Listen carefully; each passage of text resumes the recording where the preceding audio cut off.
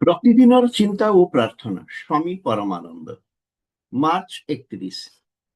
ଦିନଟିର ପ୍ରଧାନ ଚିନ୍ତା, ଯେଉଁ ଜନ ପୁଣ୍ୟଶୀଳ ସେ ହିଁ ପ୍ରକୃତରେ ପ୍ରାଣବନ୍ତ ହୋଇ ଆଧ୍ୟାତ୍ମିକ ପଥରେ ଚଳେ ଏବଂ ଆନ୍ତରିକ ଭାବେ ଜନସେବା କରିପାରେ।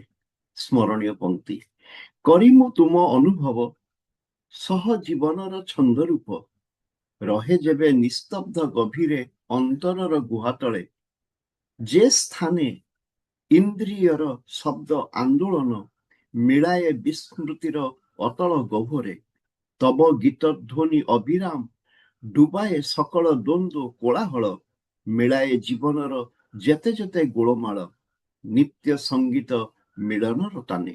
ନୀତି ଉପଦେଶ, ଶୁଦ୍ଧ ଚିତ୍ତ ଧର୍ମପ୍ରାଣ ଯିଏ, ସିଏ କେତେବେଳେ ପ୍ରଭୁତ୍ୱ ଜାହିର କରିବାକୁ ବା ନିଜର କଣ୍ଠସ୍ୱର ଶୁଣାଇବାକୁ ଇଚ୍ଛୁକ ନୁହନ୍ତି। ସେହି କାରଣରୁ ହିଁ ସେ ସତ୍ୟ ଜ୍ଞାନ ଦାନର ଯୋଗ୍ୟ ଭାବରେ ବିବେଚିତ ହୋଇଥାନ୍ତି। ଯିଏ ଶୁଦ୍ଧାତ୍ମା ସିଏ ସମ୍ପୂର୍ଣ୍ଣ ସ୍ୱାର୍ଥ ବିରହିତ।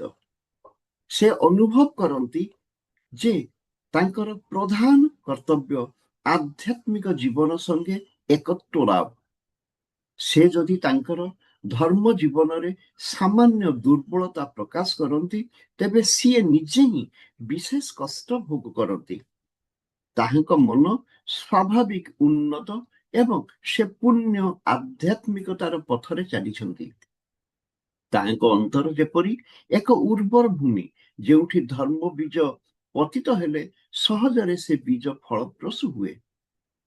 ପ୍ରାର୍ଥନା, ହେ ମହାନ ସନାତନ ଦେବତା, ମତେ ତୁମ ସଙ୍ଗରେ ଘନିଷ୍ଠ ଭାବେ ରଖିନିଅ। ମୁଁ ଯେପରି ତୁମ ଦିବ୍ୟ ସତ୍ତାର ମଧ୍ୟରେ ମୋର ସବୁ ସୁଖ ଖୋଜି ପାଇବି। ତୁମେ ମତେ ତୁମର ପ୍ରେମମୟ ଆବରଣରେ ଢାଙ୍କି ରଖ। ତୁମ ସଙ୍ଗେ ମତେ ଏକ କରିଦିଅ।